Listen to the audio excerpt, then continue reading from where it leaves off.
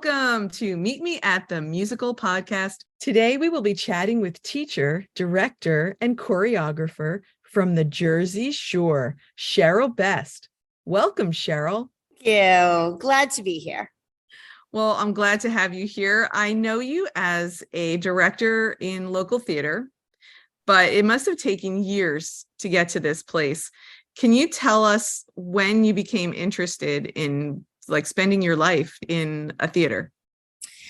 I want to say that going back to my elementary school days, I am an only child, not a child anymore, but I'm an only child. And I spent a lot of time in my room acting out different scenes and creating different storylines and performing for my parents. So I always had the bug.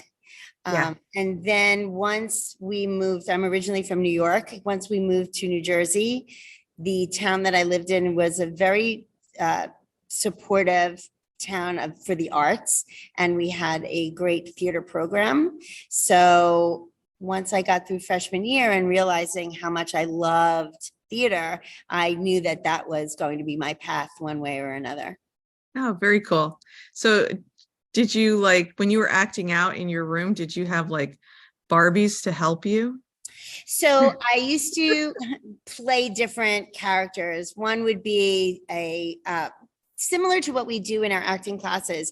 Here you are in a restaurant, you are a server, and you have not so compliant customers, and I would set up my dolls and I would use my tea set, or I would be a teacher and I would write on the board, and call out to different people that weren't there, imaginary people that weren't there. So when you are an only, you have to use your imagination a lot.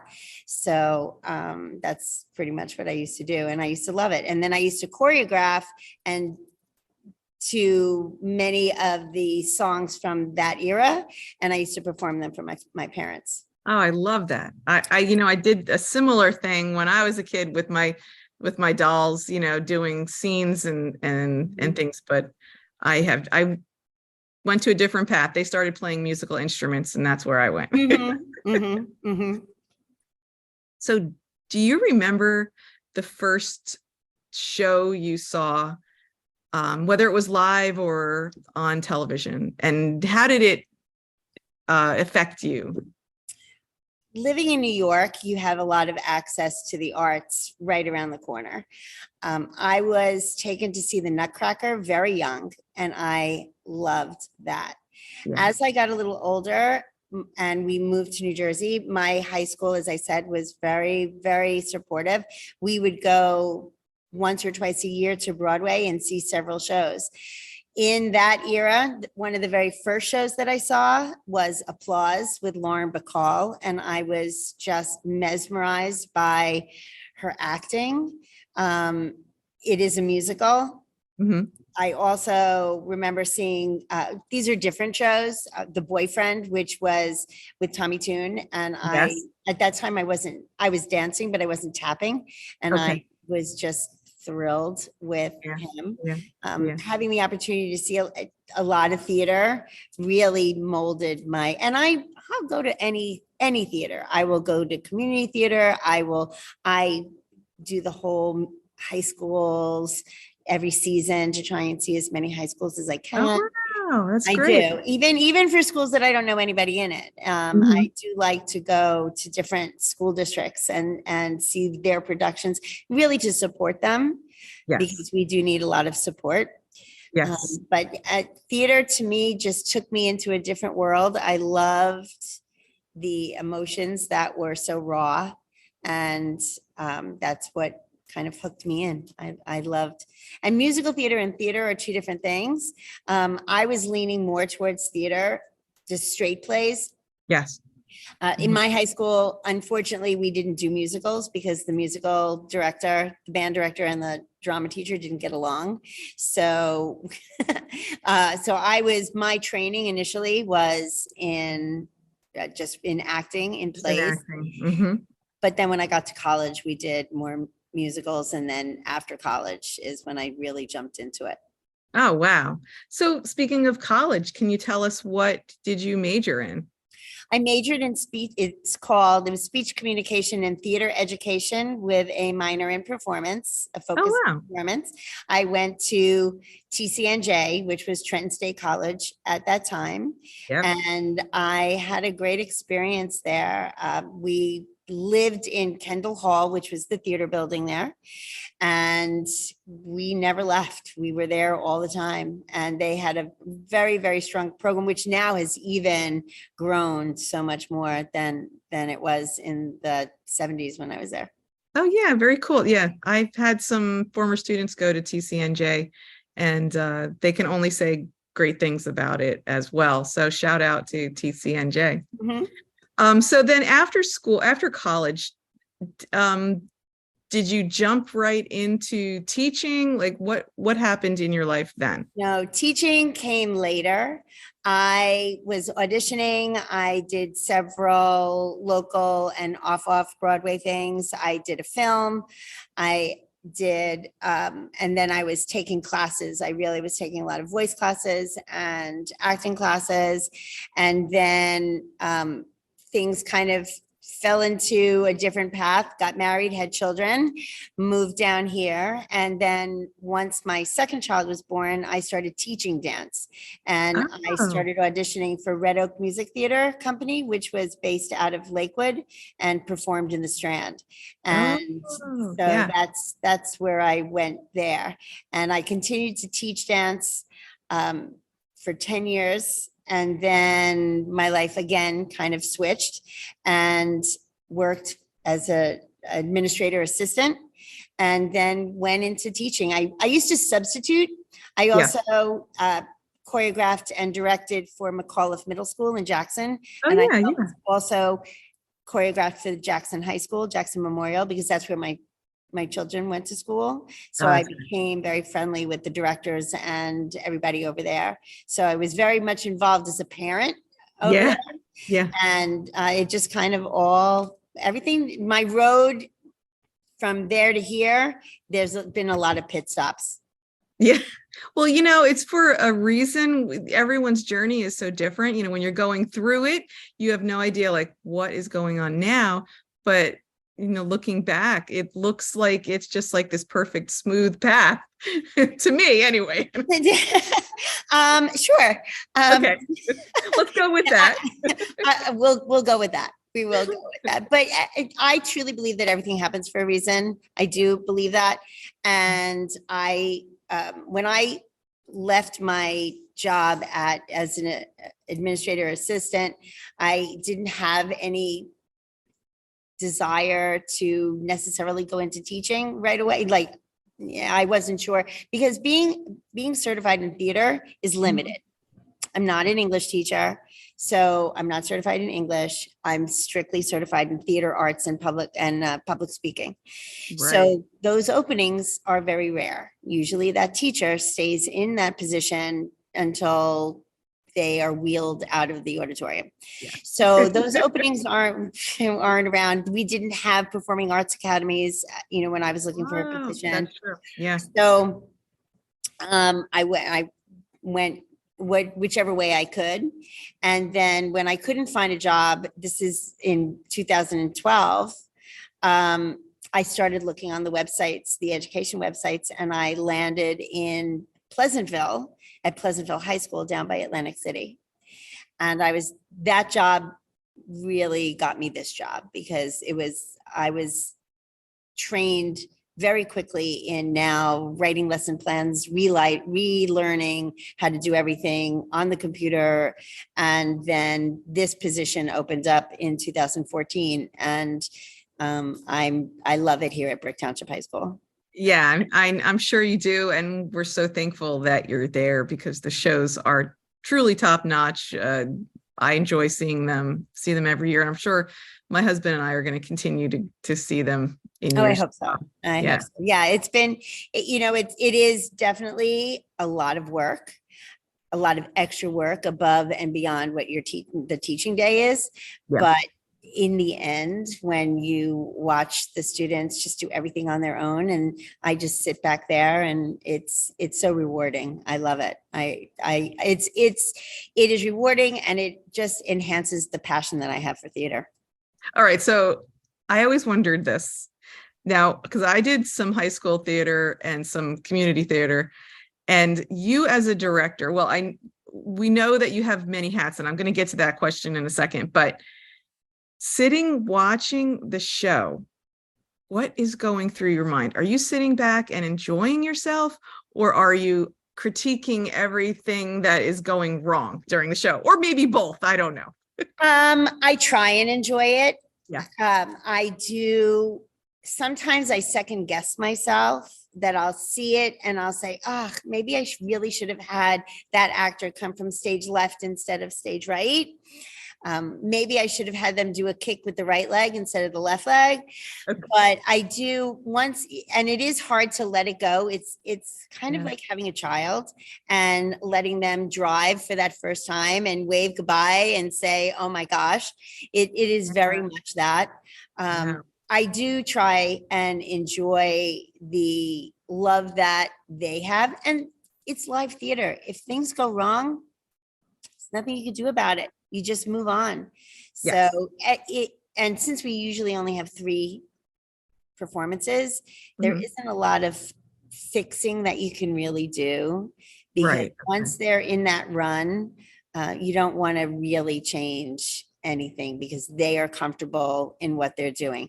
But sure, accidents happen, things fall, and that's the love of live theater, is to be able to problem solve is really what it is. So this last show, I will say I did really enjoy it. This is one of the ones that I really enjoyed after all of the full year of work that I did on it. The SpongeBob musical that we just did, and it was a lot of work, but it was extremely rewarding.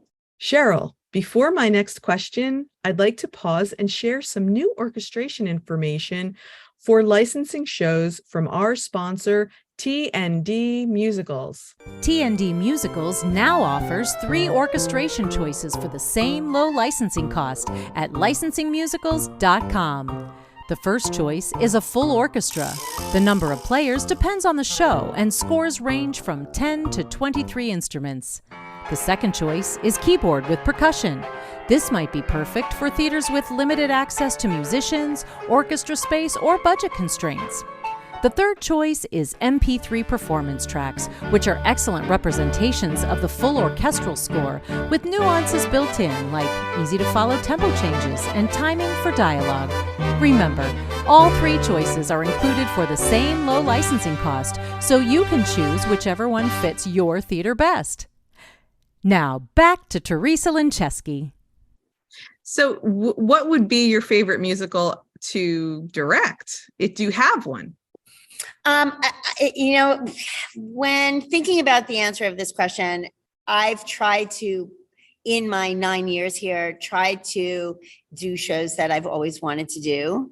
How to Succeed was absolutely one of the ones that I couldn't wait to do. Guys and Dolls, I love that show.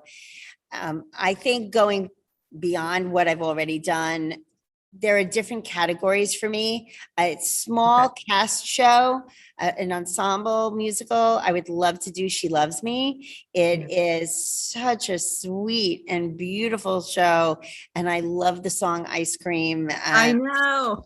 So that's definitely a show I would like to do. I've performed Chicago with Red Oak many years ago, and I would love to now direct and choreograph that. I am my dance training is Fosse based, so I would love to do that. And I also would love to do Once Upon a Mattress. Okay, yeah. Because it's a totally different Renaissance, and so those are they're different, 3 different types of shows. So I would like to sometime in my career do all. Oh, please, definitely She Loves Me. I want to see that one. I haven't seen it in years. I love the music for it. So yes. Okay. Next year. Is this a couple of years? Okay. All right. So now you're a director. What can you tell us what a director does? I know you, like I can say directors do everything. Mhm. But just generally, what does a director do to make sure that the show is successful? So the one major thing that, of course, that a director does, as you said, oversees everybody and delegates um, what the different jobs have to be and make sure that their vision, example, I'm a choreographer, so I don't work with a choreographer, but if I did have to work with one, that their vision is the same as mine when it comes to the flow in between scenes, that the lighting designer and the director, we sit, oh, should we, and I'm very open, especially in a school situation, and we are educators as well as directors. So we have to make sure that they do give ideas and suggestions, and you are there to correct them and say, no, I don't think that'll work, or great idea. That is great. The set design, working with a set designer where you say, well, I'm looking for this, this, and this, and then they'll sketch out for you and you say, okay, I can work around that. Yes, Okay. yes, as in with, I do all these things in here, but in a perfect world, when you have different people doing different jobs, you just have to make sure that everyone is on the same page, that ultimately it is a cohesive production staff. So it's a lot of delegating, a lot of trust. Mhm. And I love that, you're an educator and you're listening. It's not just you're telling, you're listening and getting the ideas from the kids and everyone you're working with. And that's a true educator. So thank you for that. I appreciate it. There's no place else for the students to have that opportunity. And that's why, and I know that your husband is in full agreement with me, that's why I go with a live hit and not a track. Oh, okay. Because there's no place else that those students are going to learn.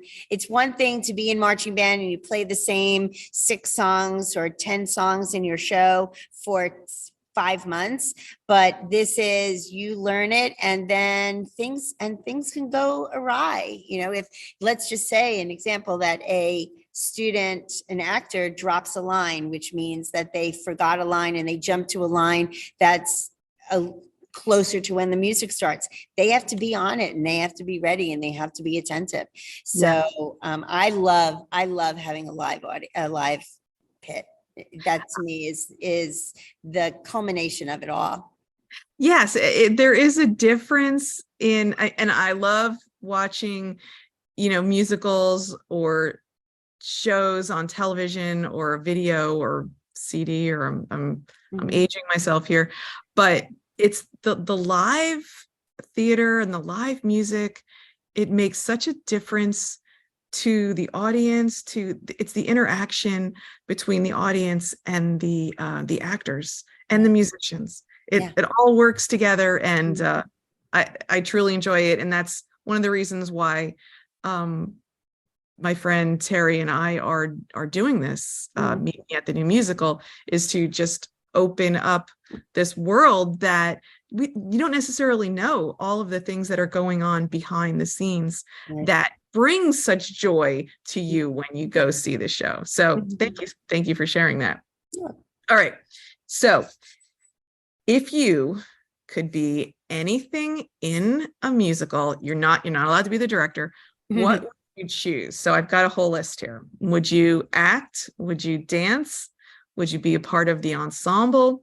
Would you do lights, sound, the pit orchestra, or front of the house? And before you answer, we don't know what front of the house is. So that is our musical word of the day. What is front of the house? And then you can answer the other question. Of course. So where the seats are, where the audience sits, that's called the house. Front of house is the lobby area where you purchase your tickets, where you buy your refreshments. In our venue. We also sell merchandise. So that's front of the house. When you go to a Broadway show, or even when you go to some of the other theaters like Count Basie, where there's different levels, there may also be refreshments and merchandise, but Sure. So front of the house. And that is a very important paying position in the Broadway world. It is to be, and you are also in charge of your ushers and making sure that everyone is wheelchair accessible, and they're in charge of everything. They are in charge of the house.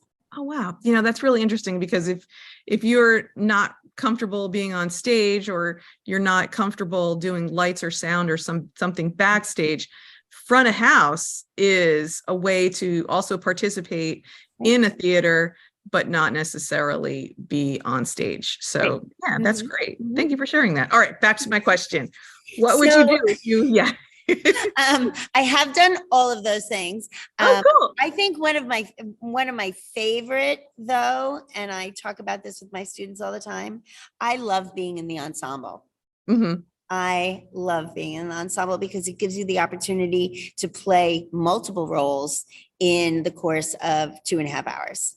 Yeah. You're never just one person. You are going from a red wig to a blonde wig, from a short skirt to pants, to tap shoes to jazz shoes, to I love being in the ensemble. And when kids say to me, "Oh, I'm only in the ensemble," I was like, no, you have so much responsibility, and the ensemble wouldn't be written in there if the playwright didn't want you there. It is to support, this is my theory, that ensemble is there to support the leads and the lead story. Oh, that's a great way to. Well, thank you for that, because I've been in the ensemble in most of the shows I've been in, and I've never thought I've thought just like your kids are like, oh, just the ensemble. But that is a really great way to think about that. I appreciate that too. I'm learning so much today. I have friends that have made full careers out of going from Broadway show to Broadway show as ensemble members, and they are working actors. Yes. In the ensemble. Yes. I've heard that term as well, working actor. So a working act. So tell us what a working actor is. So a working actor, of course, we know the story that every actor is also a waiter or waitress, a server. And yes, because you need to make money in between shows. But if you are someone that is capable of being in the ensemble, you are you are very versatile, and you are able to play multiple roles. You're able to blend in with a large group and not stand out. And you go from, my daughter has, and I call my daughter's friends my friends as well now too, that they are dance captains, they are swings, they are assistant choreographers, and that utilizing your talents and going from show to show. It was a little easier years ago when there were more national tours. Things I'm hoping, now that we're out of, back.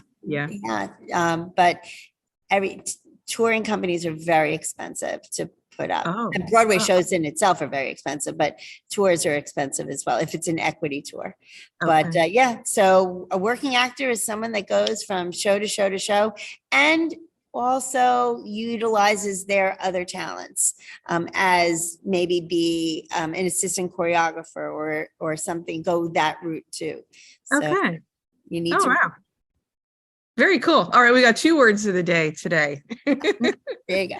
All right, so I know we're running out of time here, but I did want to ask you about a new venture that I know you're going to be a part of this summer. Would you share a little bit about that?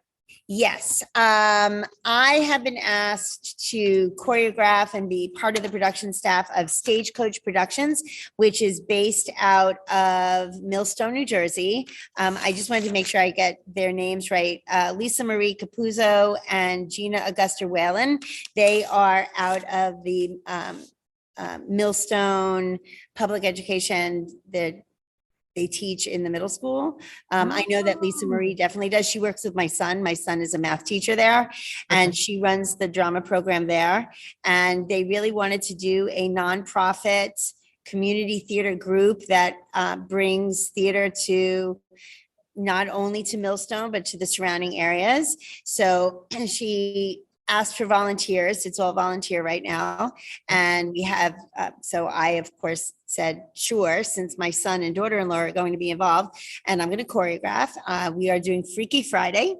Okay. I've never done that show, so I'm very excited about that. And auditions are next Friday, and we're looking for 13 and up going into adults for auditions, and they're also doing videos. So yeah, we're very excited about this new venture as well.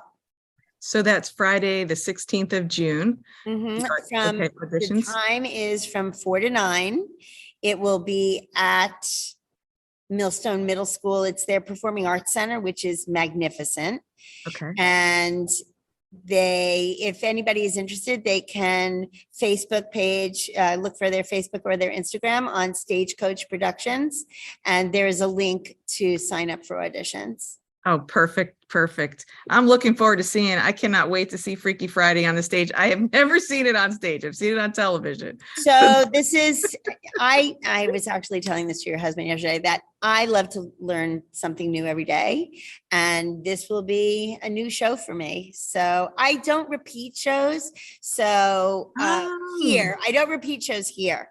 Yes. So this may be, if I do well enough and I really like it, it might be something down the road. You never know. The music is really fun, really fun music.